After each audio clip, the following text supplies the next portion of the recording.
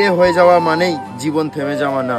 কোনো মেয়ে যদি মনে করে যে আমার বিয়ে হয়ে গেছে, আমার বাচ্চা হয়ে গেছে মানেই আমার জীবন থেমে গেছে, না।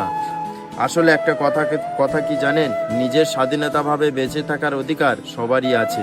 লক্ষ্যটা যদি সঠিক হয় তবে নিজের স্বাধীনতা খুঁজে বেঁচে থাকা যায়। একটা বিবাহিত মেয়ের জীবনটা যে সারা জীবন চার দেওয়ালের মাঝে বন্দি থেকে যায় সেরকম কোনো কথা নেই। যদি ওই চার দেওয়ালের মাঝে বোঝার মতো তার জীবনে কোনো মানুষ থাকে, তবে সেই নারী চার দেওয়ালের মাঝে বন্দি থেকে যায় আজীবন ধরে। আর যদি কোনো নারী তাকে ওই চার দেওয়ালের মাঝে তাকে বোঝার মতো কেউ নেই, তখন সেই নারী চার দেওয়ালের মাঝে বেরিয়ে আসার চেষ্টা করে স্বাধীনভাবে বেঁচে থাকার জন্য। কারণ বিবাহিত মেয়েদের মনের কষ্টটা যে কেউ বোঝার চেষ্টা করে না।